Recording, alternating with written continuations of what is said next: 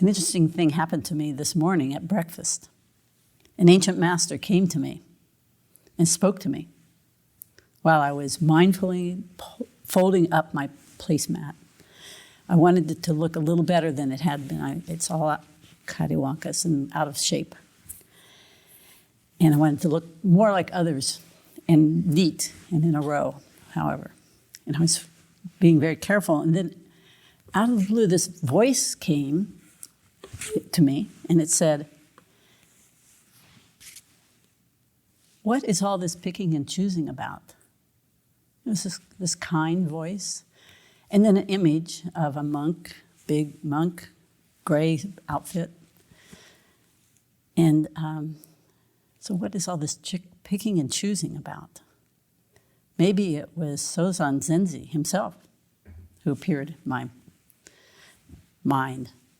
He was the third ancestor of China and wrote Affirming Faith in Mind, which I often chant. The great way is not difficult for those who do not pick and choose.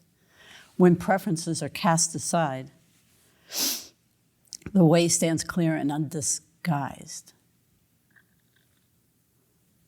This is gratitude, Sesshin. So what was this message about?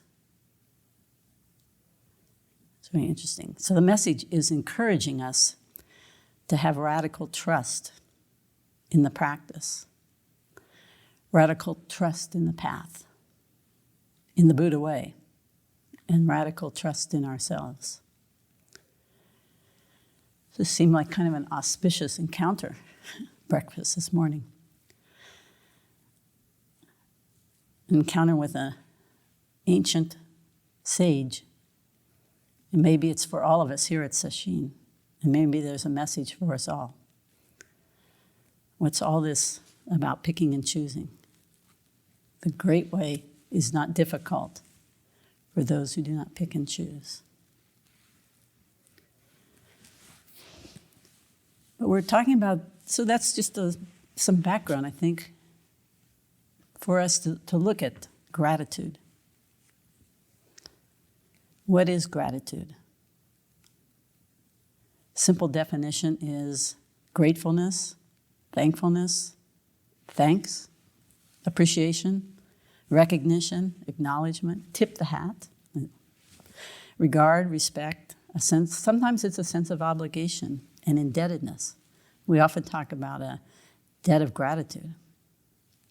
Here's a little more expansive definition by Robert Emmons, who's studied gratitude a lot. A felt sense of wonder, thankfulness, and appreciation for life.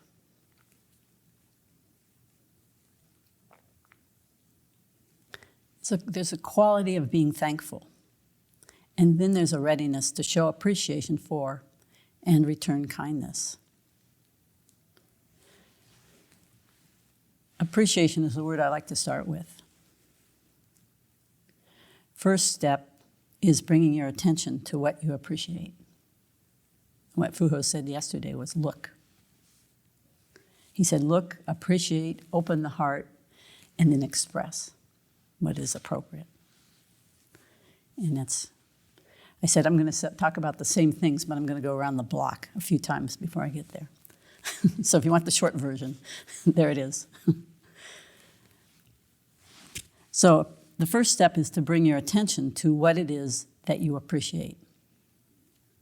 So to prepare for this session, I started doing a number of gratitude practices. And I was surprised to find that I had a gratitude journal from about 2014. And I don't remember ever starting it or why I did it. But gratitude practice is infused throughout our teaching. So the practices are not hard to run into in this tradition. It's an important contribution to your practice. It's essential to your practice.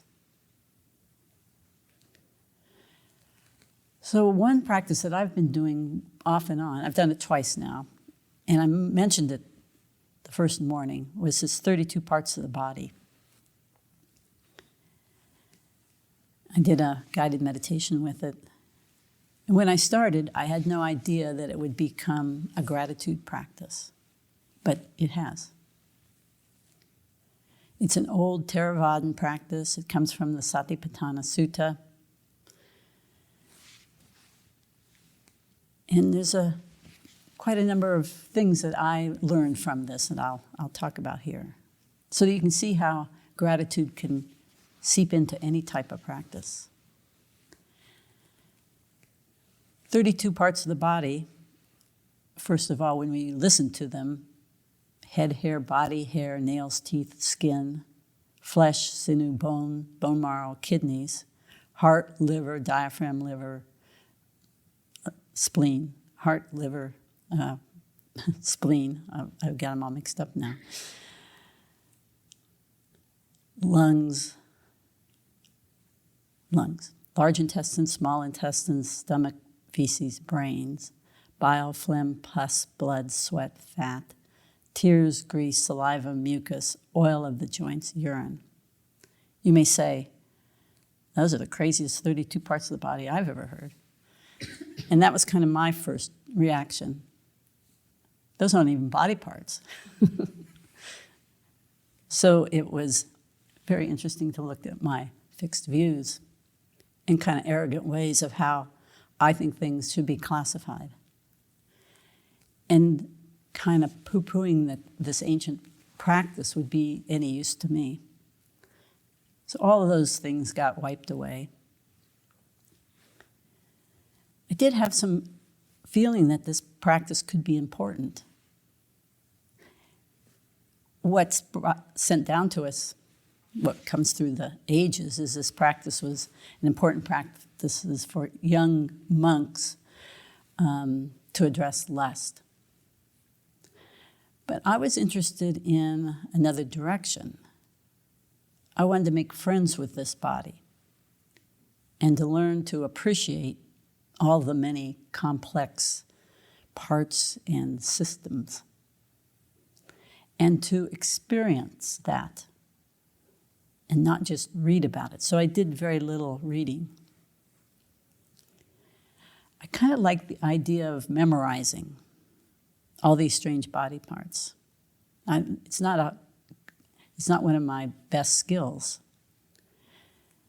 But I was curious if they had a method to do it, and they certainly did. The 32 parts of the body is actually a chant. And the practice is divided up into 32 weeks where you chant forward and backwards in different groupings. So when I first did the practice, I just started the chant and learned the whole thing. And I didn't follow the process exactly, but what I found was that it was very grounding. And that verbal repetition quieted the mind. So when the pandemic struck, I just naturally gravitated to doing it again. And I took it up for 4 or 5 months. And often I would go out and walk and repeat it. Head, hair, body, hair, nails, teeth, skin. It works very good with walking. I would go out alone during the beginning of the pandemic when there were very few people on the streets, and we would cross the street so we wouldn't run into each other. And I'd walk and chant. And I learned it backwards and forwards. And then you can take up learning it in Pali. So several things happened. My squeamishness, or maybe even revulsion about certain body parts or fluids, diminished. And almost just completely left. And I began to appreciate the body and its complex workings. And at one point, when I was chanting them over and over, because you chant them, it's about a 20-minute chant. You do it 5 times forwards, 5 times back, 5 times forward and backwards. But after a while, it was like they all merged into one. And it reminded me, if you remember the story of, in my day it was called Little Black Sambo, but now I think it's called The Boy and the Tigers.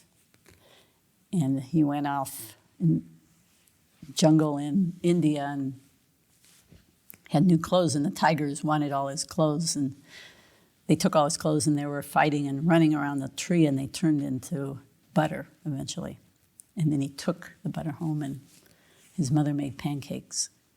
That's what it just brought that image up for me when in a chanting way, that the body was just one continuous motion of parts and workings. Really could see the interconnectedness of all things. And so part of this practice is also to investigate each body part, where it's located, its function, its color, who it's next to. And then I began to send loving kindness to each body part and appreciation. And that moved into a gratitude practice. So one of the questions that people would ask about this practice is, why those parts and not other parts? No one really had an answer. And you know that all the sex organs are gone. They're not mentioned. But then I realized that also no eyes, no ears, no nose, no tongue, none of those are mentioned. And as I thought more about that, it became apparent that those are the sense organs, are the things that we most identify with this body and this person, this me. I can see, I can hear, I can taste, I can touch, I have thoughts. And then the rest of the body parts are kind of, I don't know, we forget all about them. We say, oh, once in a while we'll think about them if we hurt ourselves or something. But so with those body parts that are the senses, with those eliminated, then we investigate the rest of this body and really look at the functions. And we let go of that constant self-view. And you have a little more of a detached appreciation for the individual body parts and this collective human form.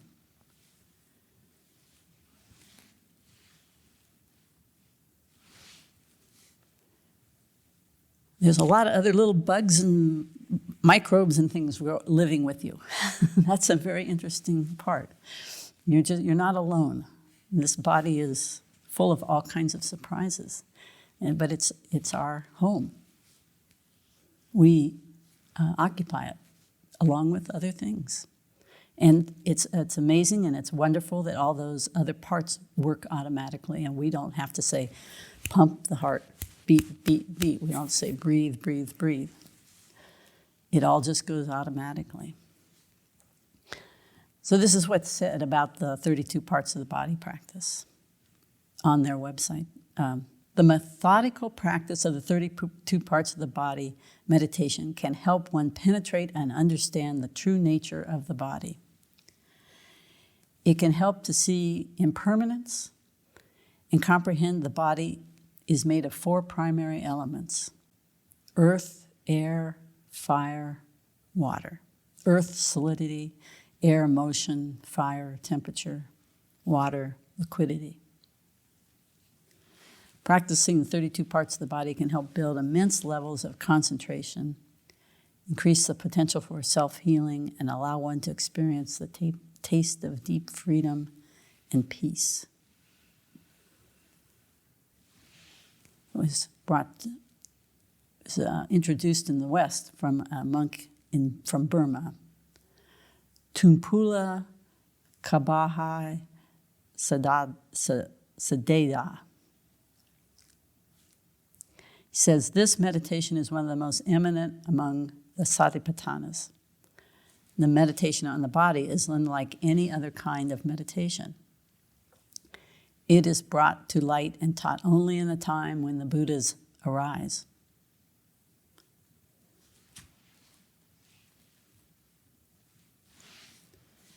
So with this body practice, I think, generosity is thought of as a heart practice. So it's interesting to look at it that way. We look at the heart. We see that it weighs less than 1 pound. Weighs less than a pound and has 4 chambers. It's hollow and muscular, contractile, 10-ounce organ. It's the center of our circulatory system.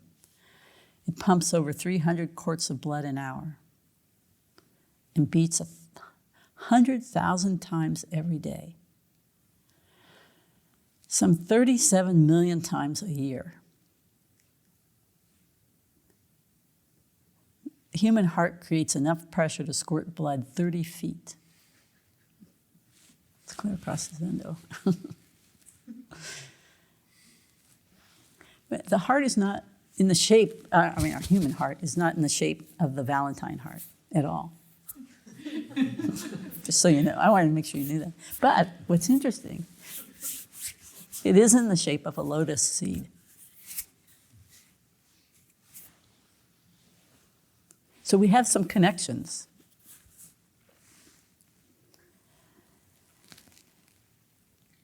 It's not the seat of emotions, such as generosity, but we often feel that the emotions, that there's something happening here in the heart region, and we have a lot of expressions for that.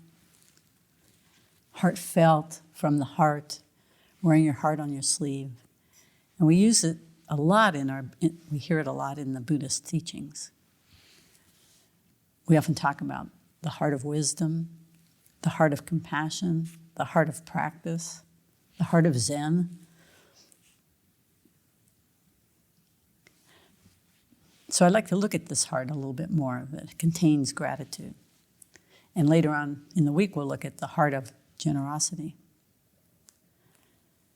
So looking at an imaginary heart of gratitude, I'm struck by how large the chamber would be. So if there's 4 chambers of the heart, I would think of one in the Buddhist sense, heart of wisdom, the heart of compassion, heart of generosity, and the heart of gratitude. So in my imagination, I'm struck by how large it is, how many folds there are, how many nooks and crannies there are. There's a large expanse to explore. And some areas may have been blocked off, or they're so dark you need a light to illuminate those unexplored areas. Or you may need some kind of tool to help you open up new territory. This heart of generosity is very deep and ancient. It's not a new part added to the body as a recent evolutionary change. It's as old as human form. And it could be found throughout nature. Not just us, not just humans.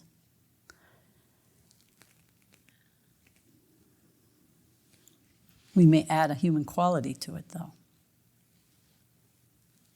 We often think about aggression, competition, basic fight or flight tendencies are kind of hardwired due to our evolutionary history. But it's important to remember that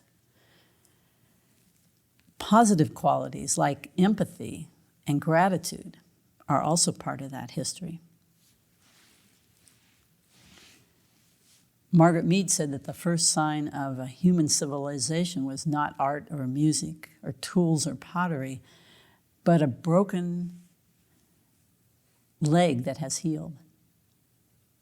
In a time when a broken leg would mean certain death, if a person had a healed leg, then it meant that others in the group cared for them, showing kindness, empathy, caring, and perhaps even gratitude.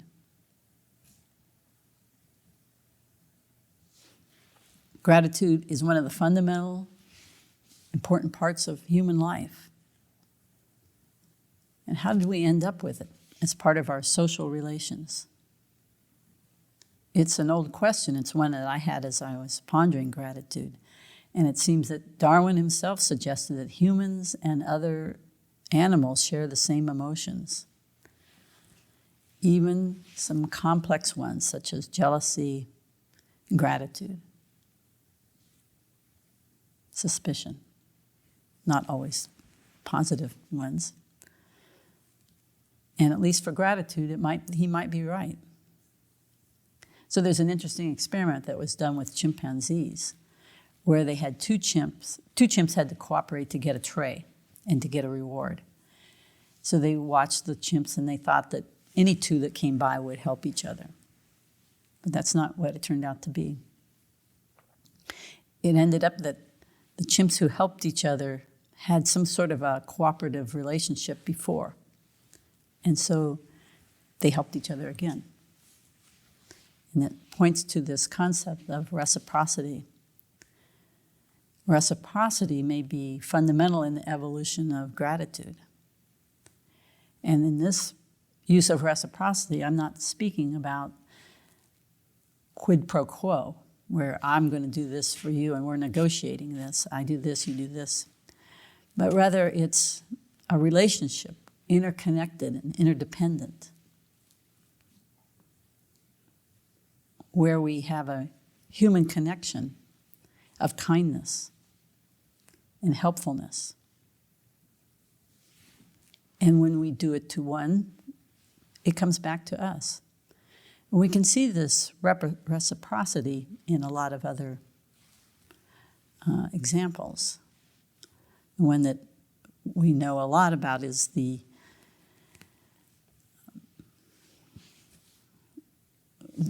reciprocity humans have and other animals have with plants. It's a very clear and present example of reciprocity between animals and plants. Photosynthesis and respiration are two essential processes that allows life to be sustained on Earth. In a way, it's their cycle. Plants help animals breathe by providing us with oxygen. And humans and animals help plants breathe by providing them with carbon dioxide. So if we have this reciprocity, is there a way that we show gratitude?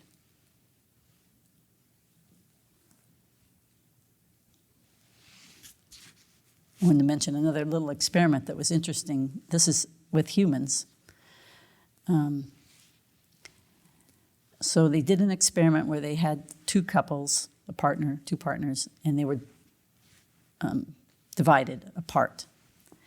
And one partner would get $10. And they were told that that was given to them. They divided them up. And some of them got it by chance, and some of them got the $10 because their partner gave it to them. So, not surprisingly, individuals who thought their partner had given them the money were most likely to distribute the money back to their partners when they got a chance to do that. And those who got it by chance just kept it. And when they asked, why did you give the money back?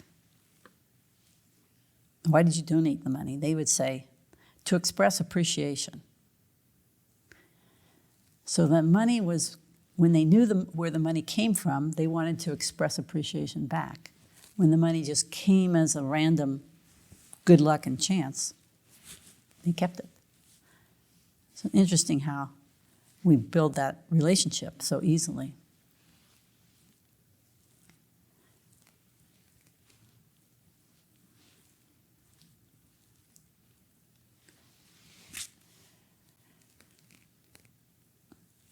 We can see that may be the same true thing that happens with like the chimp experiment.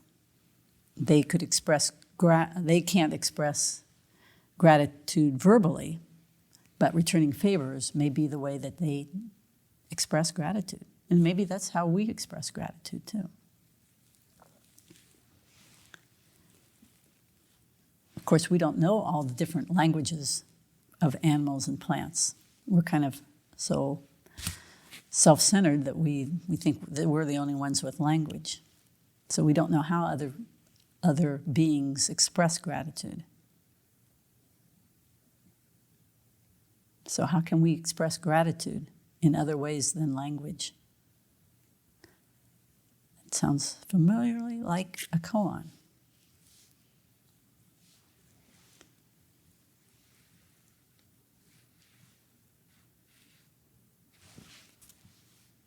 So part of what we may want to do is develop a deeper understanding of how other species communicate. How do plants express gratitude?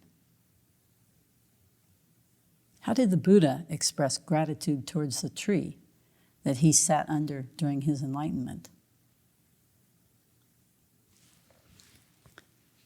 The historical Buddha, or Shakyamuni Buddha, was a grateful Buddha.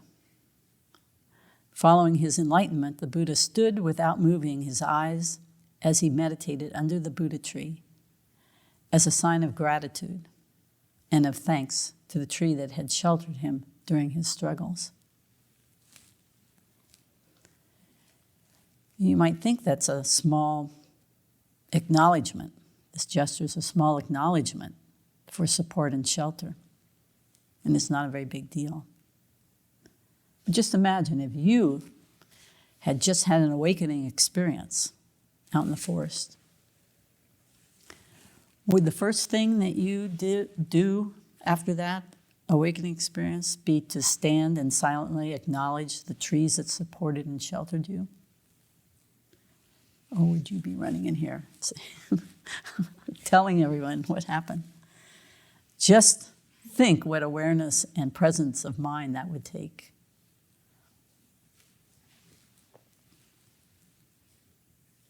This points directly to the interconnectedness of all things. It points directly to how we're intimately connected in many, many different levels. And it brings up this interesting question of reciprocity. So, this heart chamber that we're investigating, this heart chamber of gratitude, is getting deeper and deeper and wider.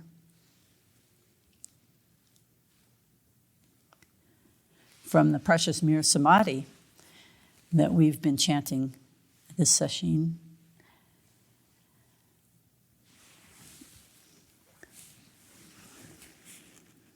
one on the verge of realizing the Buddha way contemplated a tree for 10 long kalpas. What was going on there?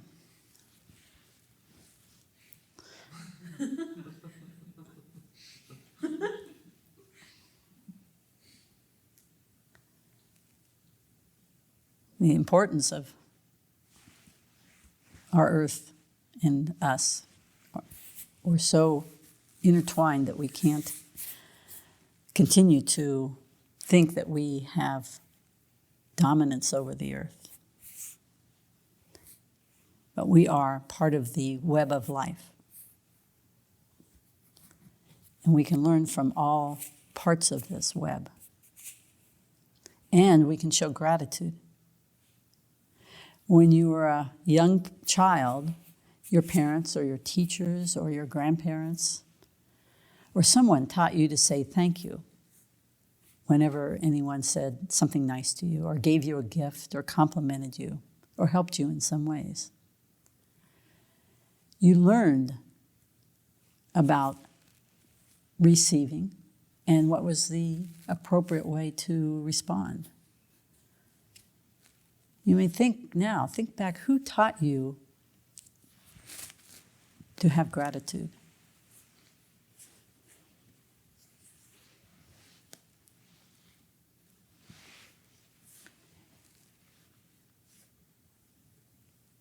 And perhaps extend gratitude towards them. And help others learn about gratitude in this long continuum of practice.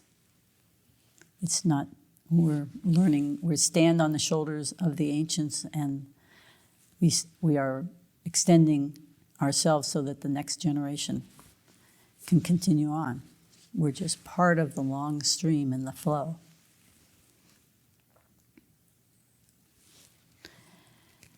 Gratitude should be cultivated as a habit, not dependent on conditions. This means that you should practice gratitude not just because you got something you wanted or had good luck, but rather as a mindfulness practice, becoming aware of everything, large or small, that is happening in your life, and practicing appreciation in a way that is appropriate to the situation.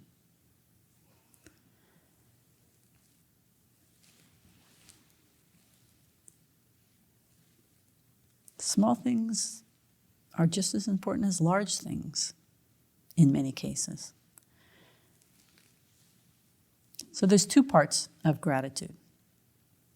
Awareness of the support or help that has been given you, and then giving thanks for what you have received.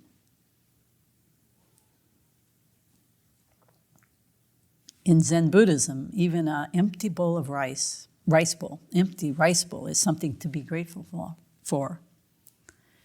So especially if you're the one that emptied the bowl. Gratitude for fortunate events that come our way are easy to express.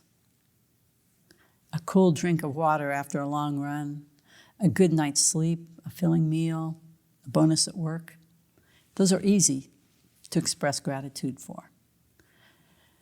The difficult part is cultivating gratitude for the mundane things, and even for the more difficult things in your life.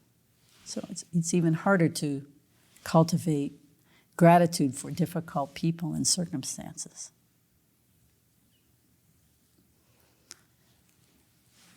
The chamber of gratitude in the heart has many places to explore. So in the Buddhist teaching, gratitude plays an important role, especially when talking about a person's integrity.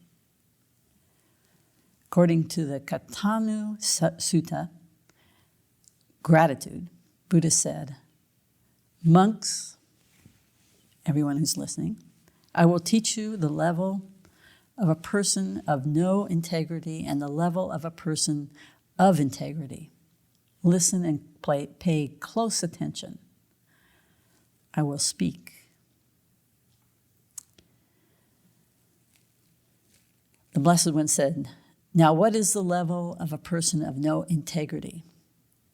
A person of no integrity is ungrateful and unthankful. This ingratitude, this lack of thankfulness is advocated by rude people. It's entirely on the level of people of no integrity. A person of integrity is grateful and thankful. This gratitude, this thankfulness is advocated by civil people. It's entirely on the level of people of integrity. So integrity is having a firm adherence to a code of moral or artistic values. If you want to be considered a person with sound moral character, Buddha then teaches that it is essential to be grateful and thankful.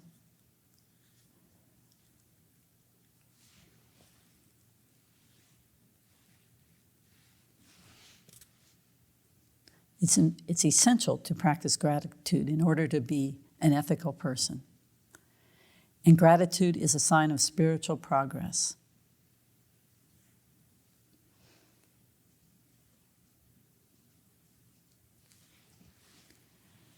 Gratitude is built into our Sesshin throughout the day, through service, through chanting, through our meal chants, our work. But does gratitude lose importance when we leave Sesshin? It's important to think about this. How can you bring gratitude into your life every day?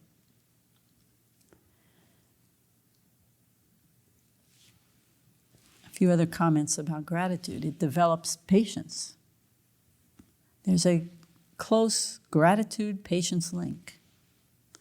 People with a strong sense of gratitude are more likely to be able to delay gratification, passing on small rewards for the larger rewards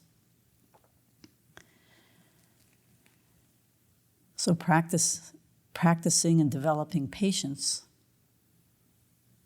practicing and developing gratitude go hand in hand.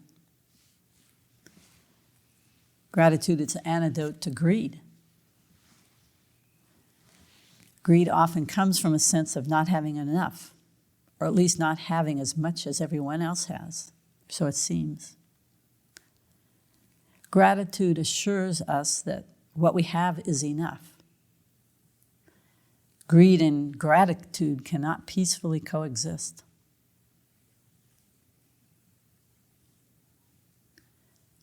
The same goes for many of the other negative emotions, such as jealousy, regret, resentment. Cannot coexist with gratitude. Loving kindness and gratitude, I look at those as two peas in a pod. They naturally arise together and are practiced and can be practiced together and are practiced together. When we send goodwill to ourselves and others, it's easy to add appreciation.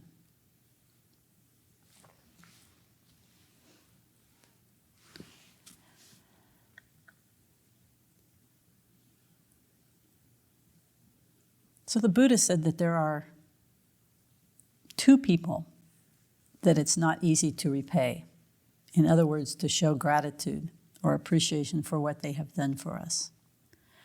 And which two? It's your mother and your father.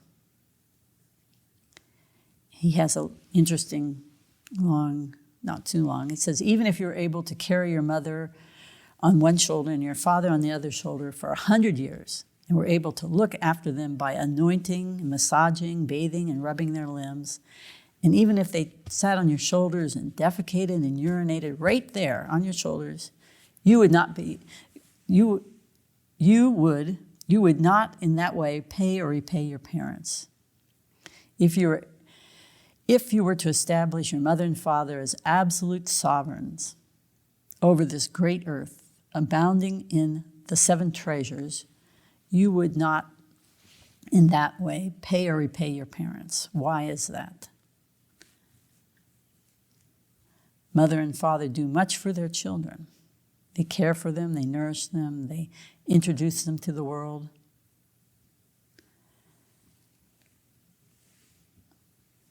So this precious life would not be possible without your parents, even if you have a difficult relationship with your parents.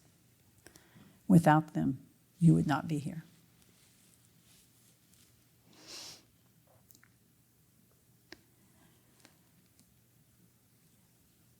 Hogen and Chosen's teacher, Maizumi Roshi, is also a founder of Great Vow Zen Monastery,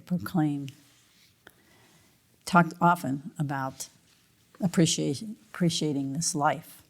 So we can appreciate the people who brought us into this life. We can appreciate this life. We can appreciate a larger life. All part of gratitude practice. So Maizumi Roshi said, I encourage you, please enjoy this wonderful life together. Appreciate the world just as it is, just this. There is nothing extra. Genuinely appreciate your life as the most precious treasure and take good care of it. So please explore deeply this important chamber of our hearts, the heart of gratitude, and see that it does not stand alone, but is intimately connected with other hearts of humans, hearts of plants and animals, the heart of this very earth,